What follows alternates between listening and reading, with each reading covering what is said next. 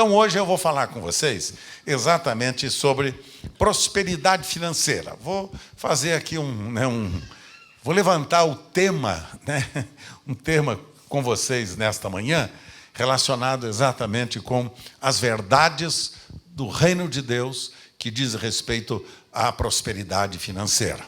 Levantem aqui a sua revista em suas mãos. Levante comigo. E digam todos juntos: Pai amoroso, eu quero aprender sobre os princípios da prosperidade na Tua palavra. Como devo obedecer, como devo praticar. Ensina-me, Senhor, e eu te darei louvores. No nome de Jesus. Amém. Amém, queridos? Amém. Então vamos lá na revistinha. Primeira coisa, eu quero que vocês abram comigo o Salmo de número 123. Salmo 123. Pegou lá na sua Bíblia? Salmo tão conhecido de todos nós e às vezes tão pouco praticado por todos nós. Às vezes conhecemos pouco deste salmo. Conhecemos, às vezes, ele decor só para a gente fazer dele um mantra. É apenas a repetição. Salmo 23. Vamos ler todos juntos, pessoal? Vamos lá, pessoal? O Senhor... É o Salmo 23. Não, 23. Eu falei? É o contraponto para o Wagner. É porque o Wagner hoje está com a mania de enganar vocês, está vendo? E eu quis ver se vocês estavam espertos. Quando o pastor tem dificuldade de dizer: olha, irmãos, me perdoe, eu errei. Entendeu? Então ele começa a dar volta e arranjar desculpas. Então, é muito mais fácil dizer: irmãos, me perdoe, eu errei. E desse pastor de vocês sempre vão ver isso. E do Wagner também. E do Osmar também. E do Antunes, muito mais também. E de cada um dos meus pastores também. Tá? Porque a gente aprende com quem nos ensina a ser íntegros. E a gente tem que ser íntegro nas coisas pequenas para que seja íntegro nas coisas grandes. Aquele que é fiel no pouco, será fiel no muito. Quem não é fiel na coisa mais simples, quando surgir a mais difícil, ele vai ter muitas desculpas. Então, o pastor tem que aprender a dizer: irmãos, eu errei, por favor, me perdoe. E aí o grupo tem que dizer: pois não, pastor, o senhor está perdoado. Então, eu te perdoo porque eu amo você. Faltou isso aí, pessoal. Então, vou dar outra vez oportunidade para vocês.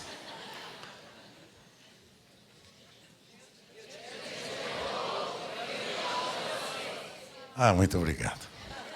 Muito obrigado. Tá bom, vamos lá. Salmo 23. Vamos lá juntos. O Senhor é o meu pastor, nada me faltará. Ele me faz repousar em pastos verdejantes. Leva-me para junto das águas de descanso. Refrigera minha alma. Guia-me pelas veredas da justiça por amor do seu nome.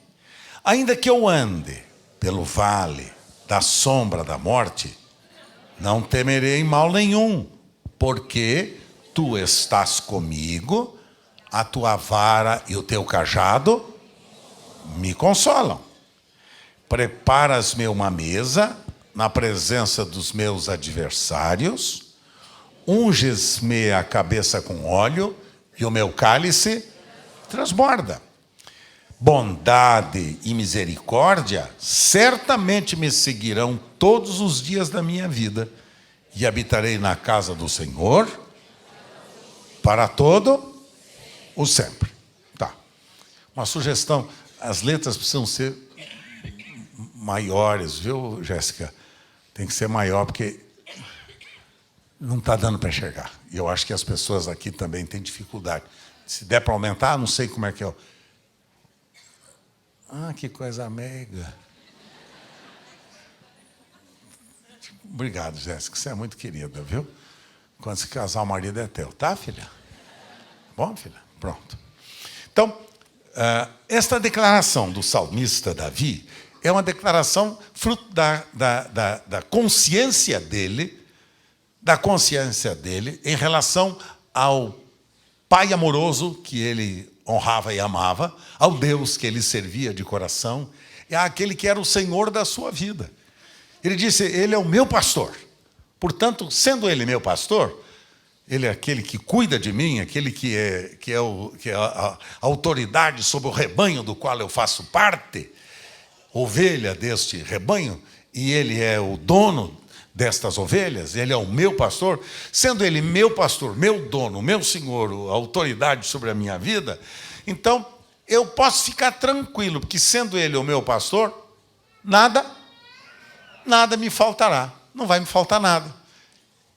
Não vai faltar nada em que sentido? Não vai me faltar nada em termos de provisão, claro, abundante, mas em termos de consolo, em termos de lições para a nossa vida. Porque a gente, quando pensa, ele nada me faltará, a gente pensa que a gente não vai ter falta de nada, vai ter dinheiro em grandes quantidades, grandes quantias, vai ter muitos imóveis, vai ser milionário. Filhos queridos, esqueça esse conceito, que esse é um conceito meramente mundano, que não tem base nas verdades bíblicas. Muitas vezes, mais rico é aquele que não tem tudo isto, porque ele tem descanso e segurança em Deus. Então, quando diz que ele não vai me deixar faltar nada, não vai me deixar faltar, em primeiro lugar, o pão de cada dia para o meu sustento. Não vai me deixar faltar a água, não vai me deixar faltar o solo, a lua, as estrelas, o ar para eu respirar. Ele me prometeu não me deixar faltar nada. Ele vai cuidar bem de mim. E cada vez que eu não tiver aquela provisão que eu imaginava obter, ele vai me ensinar como eu posso viver sem aquela provisão. Sem aquela provisão. Porque, para Deus, o importante não é o que eu tenho. O importante é o que eu sou. E se eu reconheço-me filho amado de Deus, o meu Pai, ele vai cuidar bem de minha vida. Quando eu tenho ou quando eu não tenho. Muitas vezes, quando eu não tenho, é para que eu aprenda algumas lições. Aprenda algumas lições. Talvez ser mais econômico. Talvez ser fiel nas coisas que eu deveria cuidar, atentar para a minha vida, prioridades da minha vida. Então, são lições que ele quer nos dar no nosso dia a dia. Então, o salmista começa dizendo, ele é o meu pastor, ele cuida de mim, ele vai me levar aos pastos verdejantes, ele vai me levar às águas de descanso, ele vai ter interesse na minha vida, nos detalhes da minha vida, vai cuidar de mim em cada situação, nas minhas emoções, nos meus sentimentos, nas minhas carências, necessidades, ele vai me guiar pelos caminhos da justiça, vai me ensinar a ser honesto quando eu tenho muito ou quando eu não tenho nada. Vai ensinar-me a ser fiel na prosperidade ou na escassez. Vai me ensinar. E ainda que eu venha andar no vale da sombra e da morte, eu posso ficar descansado. Porque eu tenho a convicção de que, sendo ele o meu pastor, não preciso temer nenhum mal. Porque ele está comigo. Ele está comigo até mesmo no vale. Ele não deixa a gente, coloca a gente no vale e deixa sozinho lá. Não. Lembra-se vocês de Daniel na cova dos leões? Ou de Sadraque, Mesaque e Abdênego, que foram lançados na fornalha de fogo ardente? Estão lembrados? Lembram-se vocês de José? Os seus próprios irmãos o venderam, o abandonaram.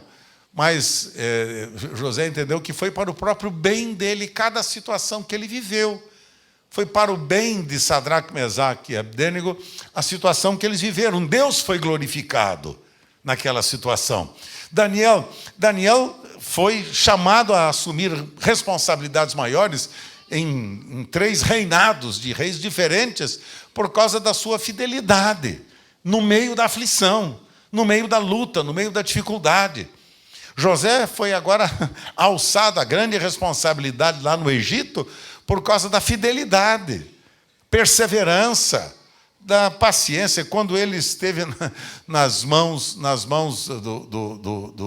do próprio faraó, ele permaneceu firme, seguro, ele permaneceu confiante, ele permaneceu crendo que Deus haveria de cuidar dele quando ele tinha ou quando ele não tinha, quando ele era rico ou quando ele era pobre, quando ele tinha necessidades ou quando ele tinha abundâncias. Para ele, o importante é ele estar descansado em Deus, na confiança dele. Por isso que Davi dizia, ainda que eu ande no vale da sombra da morte, em caminhos difíceis da minha vida, vales perigosíssimos na nossa existência, e quero dizer para vocês que todos nós passaremos por estes vales da nossa vida. Todos nós, uns de uma maneira, outros de outra. Vales difíceis, às vezes uma enfermidade incurável, às vezes uma dificuldade financeira, às vezes um problema conjugal, às vezes um problema com os filhos, às vezes uma necessidade no emprego, na profissão, no trabalho, seja o que for. Necessidades nesta vida estão garantidas para nós. No mundo tereis, porém entende? Porque eu venci o mundo. Então, o que Davi nos ensina é exatamente isto, que ele vai cuidar de nós em todos os momentos da nossa vida e vai preparar ainda uma mesa abundante para nós, uma provisão abundante para nós na presença dos nossos adversários, e vai nos ungir a nossa cabeça com óleo e nós vamos transbordar de alegria, transbordar de unção que vem do alto, transbordar da sua provisão, fruto da sua bondade e fidelidade conosco. E a bondade e a misericórdia hão de nos acompanhar. São características dos filhos de Deus, cheios de bondade e cheios de misericórdia. Veja, bondade e misericórdia que se manifesta sobre as pessoas ao nosso redor. Atos de bondade e atos de misericórdia, porque às vezes a gente quer justiça para o outro e misericórdia para nós. Senhor, este meu inimigo, corta-lhe a cabeça e manda-lhe para o inferno. Para mim não, Senhor. Por favor, usa de misericórdia comigo, Senhor. Senhor, eu sou miserável, pecador, então misericórdia para mim. E o outro miserável pecador? Esse corta-lhe a cabeça. Justiça para quem nós não gostamos. Misericórdia para nós, que nós apreciamos tanto, Então, bondade e misericórdia, características do caráter fiel dos filhos amados de Deus. E que isto aconteça todos os dias da nossa existência. Todos os dias, não é só uma temporada da nossa vida, mas todos os dias da nossa existência, porque vamos habitar na casa do Senhor, com Ele na eternidade, para todo sempre. Amém. Agora, vejam bem, abram comigo Ageu. Ageu capítulo 2.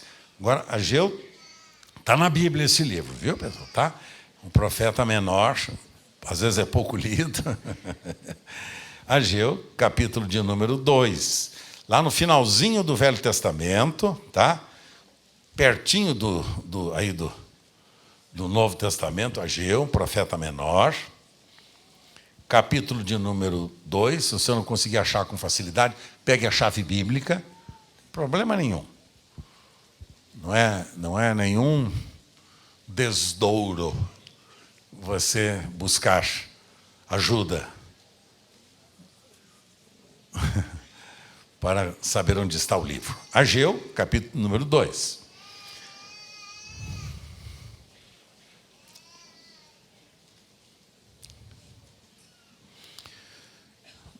Versos 8 e 9. Vamos repetir todos juntos? Minha é a prata, meu é o ouro, diz o Senhor dos Exércitos. E a glória desta última casa será maior do que a primeira, diz, e neste lugar darei a paz, diz. Você note que o escritor sagrado faz questão de reafirmar que quem falou foi o Senhor dos Exércitos.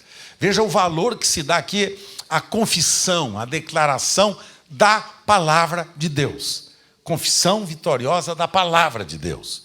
Então, estava lá o profeta Ageu dizendo: olha, saibam vocês isto, diz o Senhor dos Exércitos. Saibam vocês sobre estas verdades, diz o Senhor dos Exércitos. Quem falou foi Ele. E se Ele falou, Ele vai cumprir. Porque a palavra do homem, né, a palavra humana, muitas vezes não pode, a gente não pode dar a garantia de que ela vai ser cumprida, né? Mas a palavra de Deus, essa permanece para sempre. Disse Jesus que passará os céus e a terra, mas as suas palavras não passarão.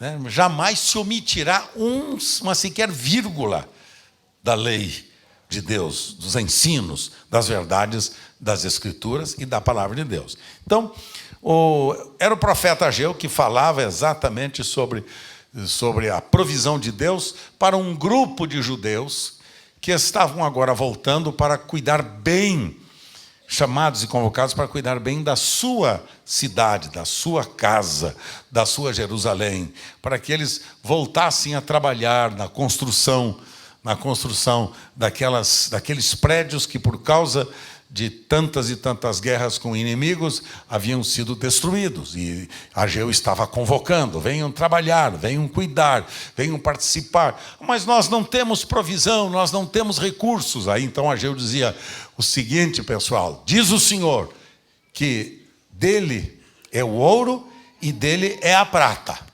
Isso quer dizer que ouro e prata pertencem ao Senhor. Ele é o dono das riquezas, ele é o dono dos bens. Não é o seu patrão. E muito menos você. Eu sou dono do Tesouro Nacional. Eu sou dono da fábrica de dólares. Eu sou dono do... Né? Não é você o dono. Você não é dono de nada. Pertence ao Senhor.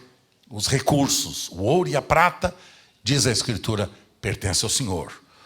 O dinheiro, portanto, que vem para o sustento mensal, para o sustento da nossa existência, de nossa vida, de nossa família, né, de nossa casa, o nosso próprio sustento, vem do Senhor, porque dele é o ouro e a prata. Não tome você o senhorio desse recurso, porque você vai acabar perdendo esse recurso. Quer dizer, é seu? Então cuide desse dinheiro. Esse dinheiro é seu? Faça o que você quiser dele.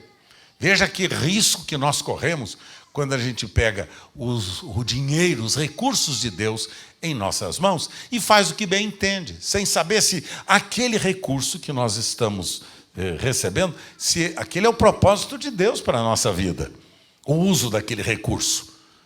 Quantas vezes a gente usa o dinheiro de maneira tão precipitada, leviana, entra em dívidas, entra em compromissos financeiros inadequados, que depois, quantos de nós não conseguem pagar? Será que aquela compra em 50 meses da televisão nova para assistir a Copa foi a melhor aquisição que você fez? Será que Deus estava neste projeto? Será que esse era o propósito divino para você? Você entrar nesse compromisso? E se surgir uma dificuldade no meio do caminho? E se no meio do caminho você ficar enfermo? E se no meio do caminho você perder o seu emprego?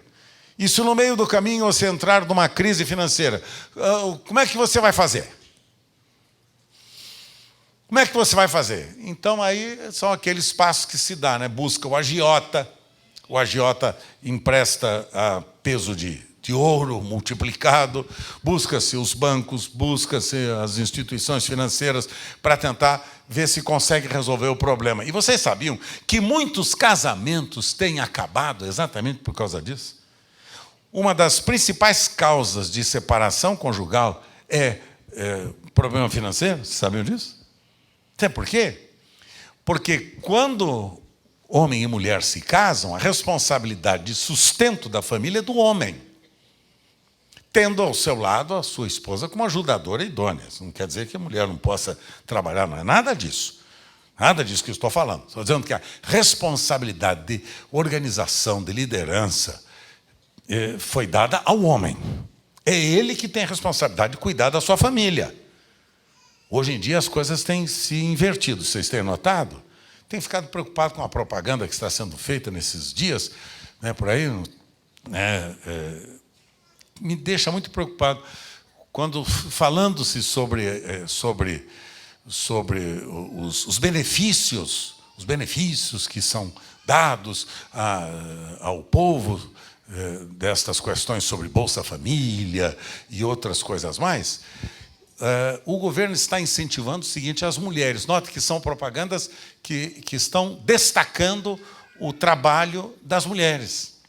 Então, são as mulheres, há diálogo entre duas mulheres, e elas falando sobre como é que elas vão fazer para manter o lar naquele mês, e como é que elas vão fazer para, se não tiverem aquela provisão, e se acabar aquela provisão. A propaganda que está sendo feita por aí, não estou questionando nenhuma propaganda, nem coisa nenhuma, só estou ajudando vocês a pensarem que é uma estratégia sutil do inferno, dando para a mulher uma responsabilidade que prioritariamente não é dela.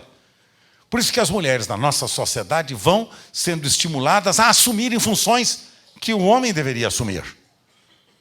Por exemplo, quando nós não temos homens no governo, é sinal que esses homens se omitiram e as mulheres precisam assumir.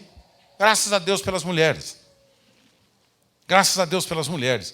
Mas quando nós precisamos de homens para assumirem as suas funções, esses homens deixam de assumir as suas funções e o resultado é que as mulheres desesperadamente precisam assumir.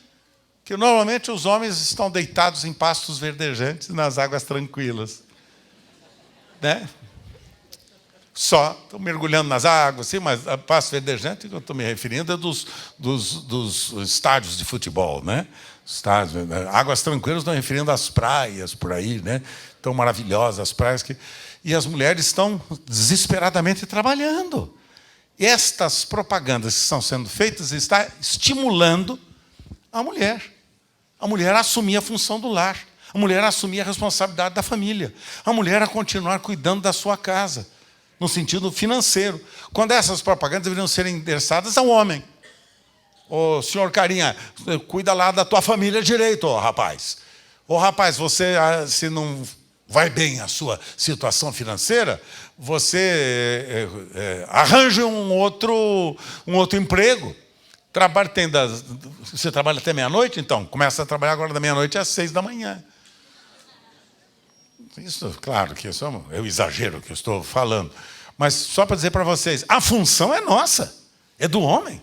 Deixará, pois, o homem, seu pai e sua mãe, e unir-se à sua mulher, e os dois serão uma só carne. Esse é o princípio criacional de Deus. Quando Deus criou o homem, criou com essa responsabilidade. E foi Deus que falou com o homem: frutificai, multiplicai, enchei a terra e governai-a. Deu ao homem. E a mulher, pastor? Isso é machismo, hein, pastor? Não, filhos queridos. A mulher ocupa uma função fundamental, que é de ajudadora idônea. Que a mulher, quando é tola, ela destrói o seu lar. Muitos homens fracassam, sabe por quê? Porque tem mulheres tolas. Eu queria aquele anel de brilhante. Filha querida, mas eu estou desempregado. Mas eu amo tanto brilhante. Faz um crédito aí, faz um carnê. Carnê não tem mais, né? Faz um... Mas filha, eu estou desempregado, não tenho condição. Eu queria aquele carro, sabe aquela peruazinha? Eu acho muito tão fofa aquela peruazinha. Filha querida, mas eu não tenho recurso. Esse mês o nosso orçamento está completo. Se você me amasse, você daria um jeito. Se você me amasse, você daria um jeito. Comprava esta peruazinha para mim, que eu adoro essa peruazinha. Ainda mais se ela for vermelhinha, as rodinhas prateadas. Mas que fofa. Custa caro, filho, nós não temos recurso agora. Mas eu gosto tanto. Se você me amasse. Isso chama-se mulher tola. E há muitos maridos que estão em dívidas por causa da cabeça da mulher. Vocês sabiam? Então, mulheres, nos ajudem a administrarmos bem os bens de Deus. Porque a mulher sábia edifica o seu lar. E a mulher tola destrói-o com as próprias mãos. Por isso Deus deu ao homem a responsabilidade dele administrar o seu lar e a sua família. E não desprezar a sua esposa, pelo contrário, tê-la do seu lado. Agora, mulher tola é aquela que não diz para o marido não. É aquela que concorda com tudo, sabe? Vaquinha de presépio, não queria chamar vaquinha, mas fazer o quê? Ovelhinha do presépio, pronto, ovelhinha é melhor. Ovelhinha do presépio, porque senão vaquinha, vamos dizer, o pastor agora deve chamar a gente de vaca. Falei nada disto, tá? Aproveitei só o adágio popular e usei mal, é verdade. Substituindo vaca por ovelha. Quantas ovelhinhas do senhor tem aqui comigo nesta manhã? Olha aí, deixa eu ver as ovelhas. Nenhuma vaca, só as ovelhas tem aqui. Graças a Deus, graças a Deus. Então, veja bem. A mulher sábia, ela ajuda, ela fortalece, ela coopera. Ela diz não. Ela diz não. Eu não consigo falar não para o meu marido porque ele é tão impetuoso. Quando ele for impetuoso, deixa ele ser impetuoso sozinho. Porque ele vai quebrar a cara. É verdade que quando ele quebra a cara, você quebra junto. É uma verdade. Isso é uma verdade, uma verdade. Não use nunca aquela expressão, não falei para você que não era certo? Não. Vença essa tentação. Vença a tentação. Porque a primeira coisa que a gente quer falar, não? Falei, eu avisei para você que não ia dar certo. Falei para você daquele sócio para você não torná-lo seu sócio. Você convidou, não falei para você? Falou o quê? Eu falei que eu não gostava da cara dele. Só isto. Você não me falou sobre o caráter dele e coisa, a vida dele. Só falou que você não gostava da cara. E aí, até aí tudo bem. É porque a mulher tem um sexto sentido, mais conhecido por feeling, uma percepção emocional que não dá para explicar. Quando a sua mulher falar com você, cuidado, não pergunte para ela por quê. Porque ela não terá a resposta do porquê. Ela apenas vai dizer, porque eu acho que não está cheirando bem. Fia, mas não é questão de cheiro. Não é questão de... Pois é, mas eu... Não pegou bem. Ouça, ore a Deus. Chame-a, ore com ela. Orem juntos, tomem decisões juntos e não entre em dívida. E não entre... Meu é o ouro, minha prata, diz o Senhor dos Exércitos. Então, a palavra de Deus declara que o ouro e a prata pertencem ao Senhor. E, portanto, pertencem ao reino dele, para nós usarmos os recursos dele, porque é dele, se é dinheiro dele, nós vamos cuidar dos interesses dele. E enquanto cuidamos dos interesses do reino de Deus, todas as suas abundâncias virão sobre nós. Todas as abundâncias virão, porque Deus tem interesse em nos abençoar. Ele ama a prosperidade dos seus santos. Se você é fiel nos recursos de Deus e aplica os recursos de Deus com prudência, com fidelidade, com amor, com justiça, virá abundantemente. Tem gente que aplica os recursos só para comer, você já viu? Come que nem um chancho. Como? O negócio dele é comida. Final do mês, na hora de pagar o supermercado, ele gastou 90% do salário em comida. Ele come do bem e do melhor e, final do mês, ele está atrapalhado com dívidas. Para com dívida, porque o negócio dele era comer. Tem algum argentino aí? Olá, hermano. Bienvenido, 1-0, bien. Estamos caminhando, vamos juntos. Tem algum uruguaio aí? O Uruguai hoje não veio, os uruguaios, a família dos uruguaios hoje não veio. Mas em espanhol, sabe o que quer dizer chancho? Vocês sabem o que quer dizer chancho em espanhol? Porco. Certo? Certo, minha hermanaço? Chancho, porco. Eu sei porque tinha a mãe de um pastor amigo meu, né, o nosso querido Carlos Grilo. Eu posso falar dela porque ela já faleceu mesmo agora? Ela não está mais aqui?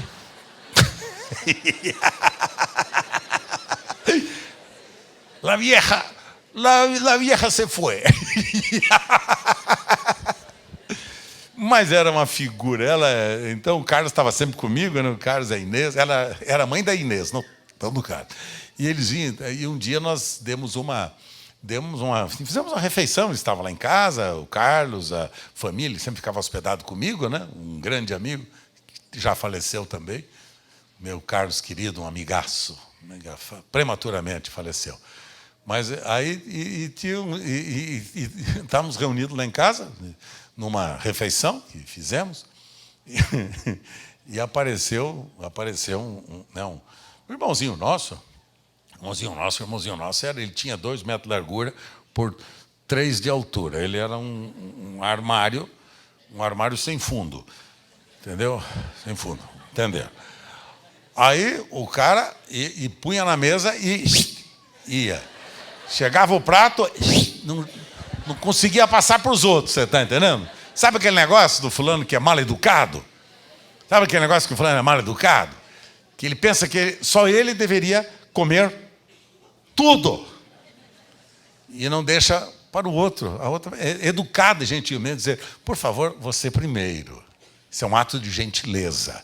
Eu tenho pavor quando vejo ato de falta de gentileza em refeições. Por exemplo, uma refeição que o homem se precipita, vai na frente da mulher. Isso é ato deselegante. Deselegante. A mulher serve-se primeiro. Quem deveria servir a mulher é o homem. Mas as mulheres são que nem empregadinha doméstica. Bem, você gosta de pão com cebola? Bem, vim aqui para servir você, bem. E o cara fica escarrapachado na mesa com aquela cara. Não gosto assim, gosto do outro. Isto, além de ser falta de educação isso, viu? Vocês nunca façam isso. Isso é falta de educação, né? É uma falta de gentileza da parte do homem.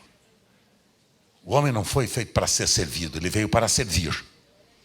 Então é o homem que serve a mulher. Senhores homens, digam amém. Amém. Posso ouvir um amém dos homens? Amém. Se ouvir das mulheres, por quê? Quando a senhora sentar à mesa, o cara que lhe sirva. Entendeu? Ele que lhe sirva. O senhor puxa a cadeira para a sua esposa antes dela servir-se? Mal educado. Isso é grosseria. Isso é antiético. Filha, fazer o quê? Pastor, está no tema? Tá. No tema pastoral. Edificando os...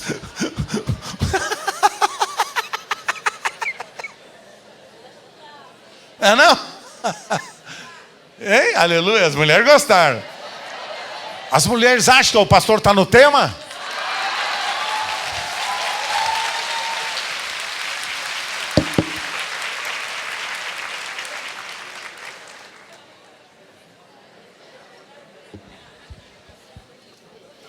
Até tomar água para continuar no tema.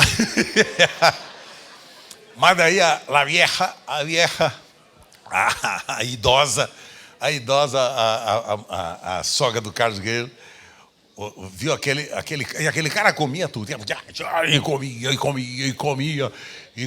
E ela veio, me chamou pastora Sueli, e falou, este homem come como um chancho. Ele come tudo. E nada sobra para ninguém, não sobra nada para ninguém. Ele come feito um porco e come tudo. Que coisa louca, ela falava. Era muito interessante. Como toda Argentina, é muito cheio de piadinha assim, né? Uns sem graça, outros muito engraçados, está entendendo? Mas enfim, ele come como um chancho, viste? Por favor, que loucura! E ela falava, ela tinha um jeito muito gracioso de falar. E aquele cara comia como um chancho mesmo. Então os homens tomem a lição aí. vocês são ovelhas e não chanchos. E a ovelha, a ovelha é educada. Bom, vamos lá, pessoal. Por isso, com base na palavra de Deus, rejeito a pobreza, a miséria, a falta de provisão, dívidas, desemprego e tudo mais. É verdade. Rejeito fundamentado no projeto de obediência. Esses textos aqui do nosso material são apenas algumas esboços apenas para a gente pensar. Então, tem que ampliar esta ideia aqui, sim, senhores, como temos que ampliar a ideia de outros mais. Com base na palavra de Deus, eu rejeito. Por quê? Porque com base na palavra de Deus, eu me torno obediente aos princípios de Deus. E, portanto, pobreza, miséria, desgraça, falta de provisão, dívidas, desemprego, eu rejeito. Rejeito na minha vida, porque em obediência, Ele é o meu pastor e nada me faltará. Em obediência, Ele é o dono do ouro e da prata, Ele proverá para mim os recursos que eu tanto necessito. E agora veja aqui, meu filho querido, Lucas capítulo 15, está no texto ali, hein, Jéssica? Está, né? Tá? Lucas capítulo 15, verso 17. Veja o que nos ensina o Senhor através da parábola dos 2 pródigos. Veja o que nos ensina. Caindo em si, ele disse: quantos empregados de meu pai têm comida de sobra, e eu aqui morrendo de fome? Disse o filho mais velho, né? Dos 2 pródigos, né? Esse era o mais velho. E aí o pai diz a ele: meu filho, você está sempre comigo, e tudo que eu tenho é seu, o que eu tenho é seu. Próximo texto de Lucas, capítulo 22, verso 35, diz o Senhor: a seguir Jesus lhes perguntou: quando vos mandei sem bolsa, sem alforje, sem sandálias, faltou-vos porventura alguma coisa? E qual foi a resposta deles? Nada, disseram eles, nada me faltou. Tivemos tudo em abundância e a provisão veio perfeita para cuidar de cada um de nós. Tudo que é meu, tudo que aqui está na sua casa, tudo que eu tenho, diz o Pai, nosso Pai Celeste, que é o dono do ouro e da prata, Ele diz: tudo que eu tenho é seu. Portanto, pedi e dar-se-vos-á. Buscai e encontrareis. Batei e abrir-se-vos-á. Porque todo aquele que pede, recebe. O que busca, encontra. O que bate, se ele abre, diz o Senhor. Ele faz questão de abençoar, de prover, de cuidar bem dos seus filhos. Daqueles que o têm como o pastor das ovelhas, como o senhor das ovelhas. E o pastor das ovelhas faz questão de levá-las aos pastos verdejantes, guiá-las às águas de descanso, suprindo necessidades, carências, deficiências. Se porventura nós não estamos tendo esse suprimento, deixa eu dizer para vocês uma coisa, queridos. Precisamos perguntar primeiro: o que está acontecendo comigo? Porque o meu pai é o meu pastor, ele é o dono do ouro e da prata. Se eu não tenho, o que está acontecendo comigo? Sou um bom administrador dos bens de Deus? Estou cuidando bem das minhas finanças? Sou fiel no pouco? Sou fiel no muito? Nunca diga a Deus: é injusto comigo, sabe? Porque tudo que o homem semear, também se fará. Aquilo que nós estamos semeando é o que nós estamos colhendo. Então, não vamos transferir a nossa responsabilidade. É o patrão que não reconhece o meu trabalho.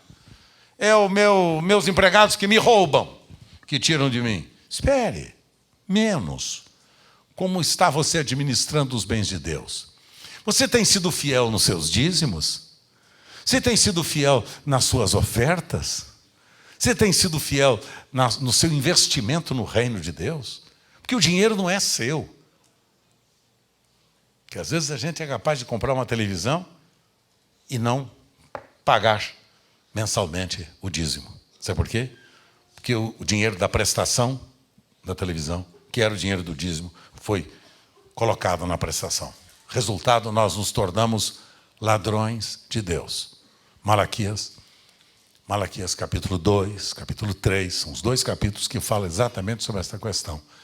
Estamos nos tornando ladrões de Deus, roubadores de Deus, tirando os recursos que deveriam ser usados no reino de Deus, porque quanto mais você investe no reino, mais recurso você tem. Esse é o segredo da prosperidade. Aquele que é fiel no pouco, sobre o muito será colocado. Porque Deus sabe que você, sendo fiel no pouco, você está usando bem os recursos dele, ele faz questão de dar para você mais.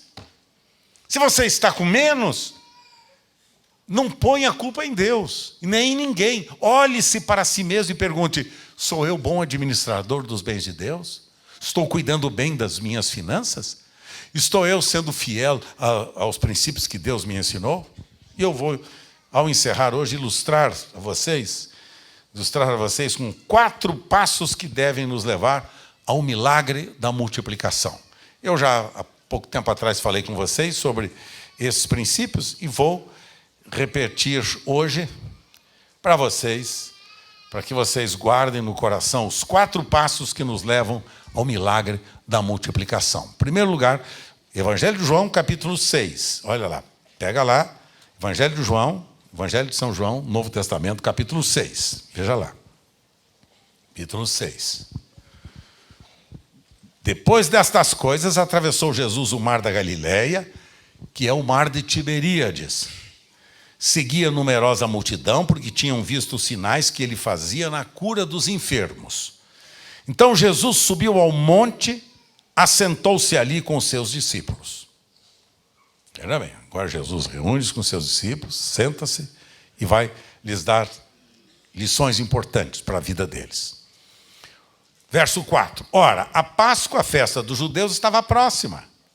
Então Jesus, erguendo os olhos e vendo que grande multidão vinha ter com ele, disse a Filipe: onde compraremos pães para dar a comer? Onde vamos comprar pão para dar de comer a tanta gente? Mas dizia isto para o experimentar, porque ele bem sabia que estava para fazer. Respondeu-lhe Filipe: não lhes bastariam 200 denários de pão para receber cada um o seu pedaço? Um de seus discípulos, chamado André, irmão de Simão Pedro, informou a Jesus: está aí um rapaz que tem o quê?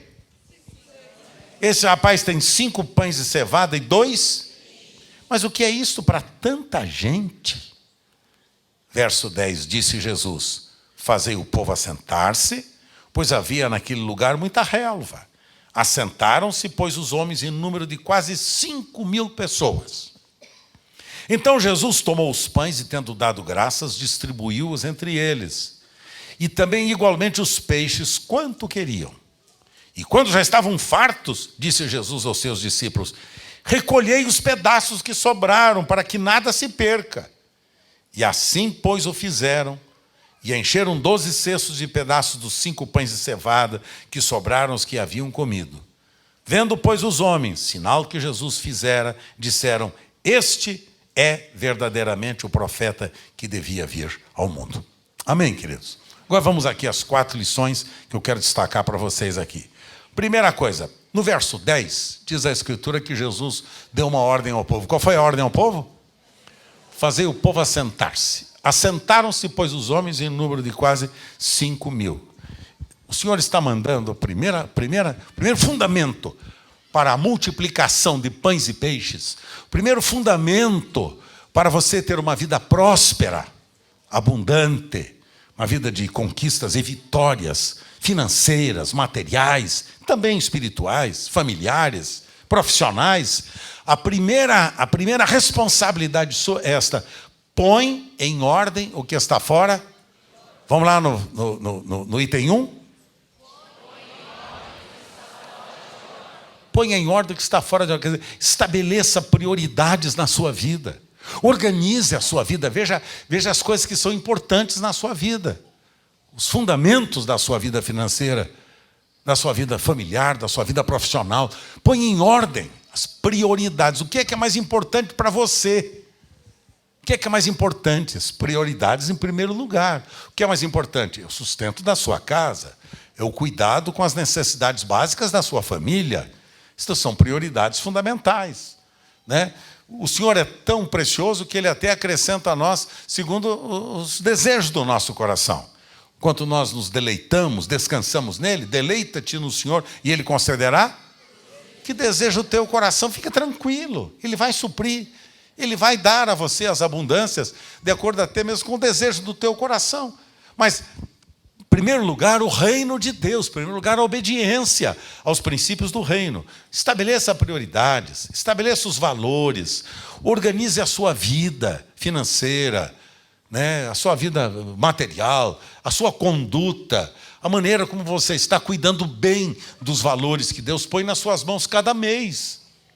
Não pega o seu dinheiro e use em qualquer lugar, de qualquer jeito, sem responsabilidade. Em primeiro lugar, lembre-se, em primeiro lugar, organize a sua vida. Ponha em ordem o que está fora de ordem. Você quer ser abençoado? Não é varinha de condão, não é um passe de mágica, não é a oração da sorte ou da falta de sorte. Não é isto. Por isso que tem muita gente aí que, coitado, correndo atrás de milagreiros, verdadeiros milagreiros, que prometem vida de prosperidade, de abundância, se as pessoas cumprirem com determinados dogmas da fé daquela religião, se obedecerem àqueles princípios estabelecidos por aquele líder religioso. E as pessoas correm atrás disso desesperadamente. Quando é tão simples, põe em ordem a sua vida, estabeleça prioridades na sua vida. O que é mais importante para você? É mais importante um jogo de futebol, um carro novo, uma televisão nova, um sapato novo? O que é prioridade para a sua vida? Se é prioridade para a sua vida, você precisa estabelecer firmemente, pondo em ordem o que está fora. Vamos repetir o primeiro passo? Foi o que Jesus fez, mandou o pessoal assentar-se, sentou em ordem, Eu gosto de Jesus por causa disso. Tudo em ordem. Vocês sentem-se, ou se não ficam andando para cima e para baixo de qualquer jeito, desorganizada, tudo em ordem. E eu gosto muito desta filosofia de vida de Jesus, que eu costumo desejar aprender. Segundo passo. Coloque o que você tem nas mãos. Vamos pensar junto novamente? Vamos repetir? O que é que Jesus fez? Tomou Jesus os pães. Os pães que quem entregou para Jesus? O verso 9 diz que um rapaz tinha 5 pães de ceivada e 2 peixinhos. E o que é que foi feito? Verso 11 diz que Jesus tomou os pães, tendo dado graças, distribuiu-os, e também igualmente os peixes, quanto queriam. Coloque o que você tem nas mãos certas. Os recursos que você tem, ponha nas mãos certas. Consagre seus bens a Deus. Consagre seu automóvel, sua casa, sua profissão, seu negócio, seu comércio, seu salão de beleza, sua fábrica, sua indústria, sua padaria, seu açougue. Coloque nas mãos certas. Põe nas mãos de gente que vai cuidar bem das suas finanças. Há pouco tempo atrás, um grupo escreveu, parece que um livro, não sei direito, seja sócio, como é que era, Osmar? Você lembra, Osmar? Seja sócio de Deus. Isso, coloque Deus como seu sócio. Faça de Deus sócio dos seus negócios. É isso, essa. Interessante a ideia, esta mesmo. Quer dizer, coloque ele como sócio, mas eu diria mais sócio majoritário. Sócio majoritário, como diretor-presidente. Assuma a função apenas de administrador dos bens de Deus. Os bens de Deus. Então, coloque o que você tem nas mãos certas. Consagre os seus bens a Deus. Suas finanças a Deus. Quando você recebe o pagamento no final do mês, o seu olerite, ou folha de pagamento, coisa assim, ou o depósito na conta, separe tempo para dizer: Senhor, eu consagro este recurso a Ti, Senhor. Me dá sabedoria para administrar bem esse dinheiro. E eu ponho na tua mão, Senhor, esse dinheiro. Duvido que Deus decepcione você. O que aconteceu? Aquela multidão. Dizem os escritores, os comentaristas, melhor, né?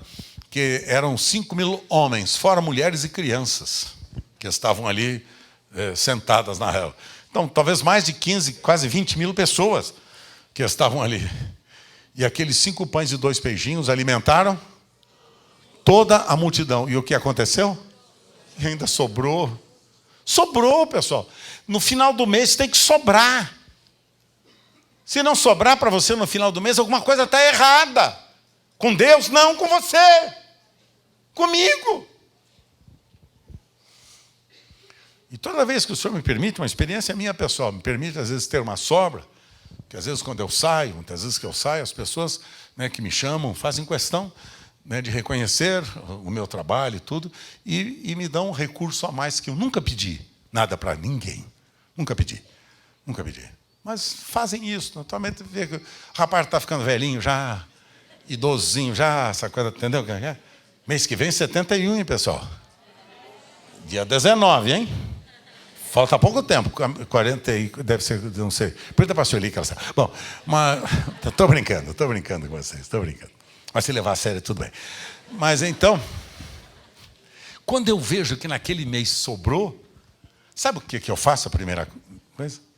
Eu digo, Senhor, a quem eu devo destinar esse recurso? Eu não preciso dele, Senhor. É teu esse dinheiro, Senhor. Com quem devo repartir? Faço isso, eu e Sueli fazemos isso. Quem devo repartir? E tanto eu quanto ela temos tido esses benefícios que as pessoas fazem voluntariamente. Eu nunca pedi nada para ninguém. Deus é testemunha. E vocês também. Aí eu e Sueli, a gente, a quem? Senhor, com quem vamos repartir? A quem ajudar? E Deus tem me dado o privilégio de eu poder repartir e ajudar muita gente. Muitos que estão até aqui sentados nesta manhã, que são meus amigos e meus irmãos queridos. Às vezes tem gente, muitas vezes, que eu nem conheço, o Senhor diz, é aquele. Quando chega a época do meu aniversário, eu estou vendo que meu guarda-roupa vai começar a aumentar. E eu já pensei em alguns irmãos que usam o mesmo manequim que eu uso. Elegantes, naturalmente. Alguns que usam o mesmo número de sapato que eu uso, o mesmo número de camisa que eu uso. E eu vejo aquilo e eu digo, Senhor, eu não preciso de 2 camisas, eu preciso de uma só. Eu não preciso de 2 paletós, eu preciso de um só. Se eu tenho 2 ou 3 ou mais, Senhor, com quem vou repartir? Estou contando isso para vocês, não é para dizer que eu sou uma pessoa fantástica, maravilhosa, humilde e uma grande... Não estou dizendo isso para vocês, não.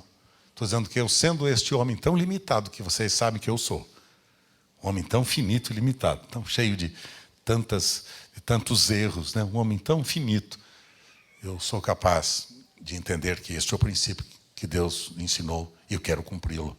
E o resultado, eu sou abençoado. Nada que eu tenho eu tirei de ninguém. Desde o automóvel, desde os bens que Ele me deu, não tirei de ninguém. Foi ganho com um trabalho de 56 anos. Que Deus me deu a oportunidade de trabalhar. 50 como pastor ordenado. E outros 6 anos como profissional. Se eu digo isso para vocês, é para dizer que se um caba tão limitado como eu, o princípio funciona, imagina você tão precioso para Deus. E eu acho que você é bem melhor do que eu.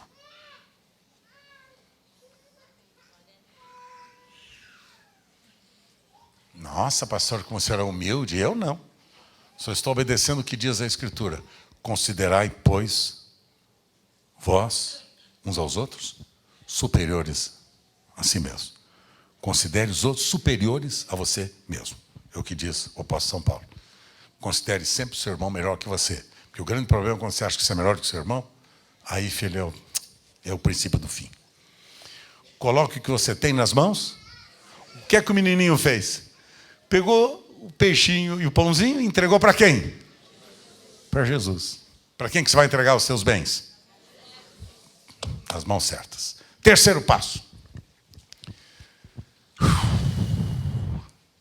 O verso 11 diz que Jesus tomou os pães e distribuiu-os entre eles. Igualmente os peixes, quanto queriam. Quanto queriam. Este é o espírito de entrega, o espírito de renúncia. Né? Ele está satisfeito com tudo que ele tem recebido. O que sobra é para repartir. Ele distribuindo, doando toda aquela sobra, tudo que foi mais do que o necessário, ele entregou para todos aqueles que estavam reunidos, as quase 20 mil pessoas, semeando sempre com generosidade, sendo liberal, sendo voluntário na entrega. Faça isto, liberal, voluntário, sensível. Faça isso sempre. E Deus proverá para você. Então vamos lá, o terceiro princípio qual é? Seja agradecido pelos 5 pães e 2 peixes. Se tem só 5 pães e 2 peixes, seja agradecido. E Deus vai dar para você 50, 5 mil pães, 200 mil peixes. Vai dar. Eu também creio. E eu quero. Porque eu quero repartir mais. Não quero colocar no meu patrimônio para leiloar. Leiloar não, para vender. Tem uma pessoa aí que é um pastor famoso na nossa nação, né, que ele faz isso, né, ele coloca à venda suas roupas, sapatos, cueca usada, tudo. Porque diz que vem, a bênção está sobre as pessoas. Então, as pessoas compram e pagam fortuna para ter um sapato com chulé. Olha, hein? E sapato usado, não é novo, não. Sapato usado, porque dá-se aquela mística de que vem a unção dele, a unção do chulé. Nas axilas é a unção do budum. Axila, unção do budum. Quanto mais a roupa for mais velha, mais ungida é. Agora, pasmem vocês. As pessoas brigam para comprar, fazem fila para comprar as porcariadas desse homem. E ele vende. Quando deveria dar para uma casa de pobres, né, de mendigos, repartir, né? Ele vende. E o pior de tudo, o povo compra. Deixa eu perguntar uma coisa para vocês. Vocês gostam de ser explorados pelas pessoas? Que às vezes eu fico pensando, acho que parece que a ovelha tem prazer em ser explorada. Que às vezes eu digo para os meus pastores, a gente fala a verdade com vocês. Fala a verdade com vocês. Abre o coração. Eu até tenho tido cautela em dizer determinadas coisas para não ser mal interpretado. Porque algum tempo atrás eu tinha falado de um bem da igreja. Um bem da igreja, que não é meu, é da igreja. Eu tinha falado de um bem da igreja, né, que estava sendo colocado à venda. Né? Era um bem da igreja, à venda. Porque eu queria tomar aquele bem da igreja e repartir, né, com alguns projetos que Deus nos havia dado. Teve uma pessoa aqui que saiu metendo a boca em mim. Já se viu, pastor, tem um bem daquele. Não é meu. Eu não sou dono de nada. Não é meu, é de vocês. Mas aquela pessoa de má fé, tendo uma conduta reprovável, pegou metade da minha palavra e usou para atacar-me. Que coisa feia. E quando eu vejo esses exploradores por aí, e o povo correndo atrás, fazendo fila para comprar sapato velho, calça rasgada, cueca furada. Seja agradecido pelos 5 pães e 2 peixes. Quarto e último. E distribua tudo aquilo que sobra. Tudo que sobra. Tudo que sobra. está sobrando. Esse mês entrou mais do que você pretendia. Reparta, seja voluntário, reparta com as pessoas. Reconheça que tudo é dele. Se está sobrando, reparta com quem tem menos. E então diz a Escritura que quando já estavam fartos, disse Jesus aos que estavam sentados, né? Recolhei os pedaços que sobraram, para que nada se perca. E assim, pois, fizeram e encheram 12 cestos de pedaços dos 5 pães de cevada que sobraram aos que haviam comido. Então, meus queridos, só tiro algumas lições desses 4 passos que nos levam ao milagre da multiplicação. Primeiro, a oferta era uma oferta sacrificial. Aquele menino entregou tudo que ele tinha. O menino entregou tudo que tinha. Era uma oferta generosa. Por que era generosa? Porque aquele menino pensou mais nos outros do que em si mesmo. Podia pensar, vai ser peixe, eu não vou ter almoço hoje. Esses pães não vão poder comer. Eu e minha família. Ele foi lá e entregou a Jesus tudo o que ele tinha. Uma oferta generosa. Terceiro, era uma oferta de fé. Ele não sabia como e o que aconteceria, apenas ele creu. Não sabia o que ia acontecer, ele apenas creu que era, se ele oferecesse, tudo que ele tinha voltaria multiplicadamente, de acordo com a atitude do coração. Quarto, aquela oferta provocou um milagre. Milagre que alcançou milhares e milhares de famílias ali representadas naquele lugar. Muita gente foi abençoada naquele lugar, pela oferta generosa de um menino. Quinto e último, uma oferta que foi eternizada, que ficou nas Escrituras registrada para a eternidade. Veja, hoje nós estamos falando, depois de 2000 anos, estamos falando da atitude de um menino que entregou 5 pães e 2 peixinhos, porque era tudo que ele tinha e deu para servir e abençoar as pessoas. 4 princípios fundamentais. Põe em ordem o que está fora de ordem. Coloque o que você tem nas mãos certas. Seja agradecido pelos 5 pães e 2 peixinhos. É distribuindo, é doando, que vai sobrar ainda mais para você. A oferta sempre voltará multiplicada. Porque a oferta era sacrificial. Entregou tudo que tinha em tempos de escassez. Foi uma oferta generosa. Pensou mais nos outros do que em si mesmo. Era uma oferta de fé. Ele não sabia como e o que aconteceria, apenas ele creu. Era uma oferta que provocou um milagre. Alcançou milhares de pessoas que estavam ali representadas naquela multidão. E uma oferta que foi eternizada. Até hoje nós falamos dessa oferta e louvamos a Deus pelas bênçãos da atitude de um menino que eu quero imitar. Vamos ficar em pé.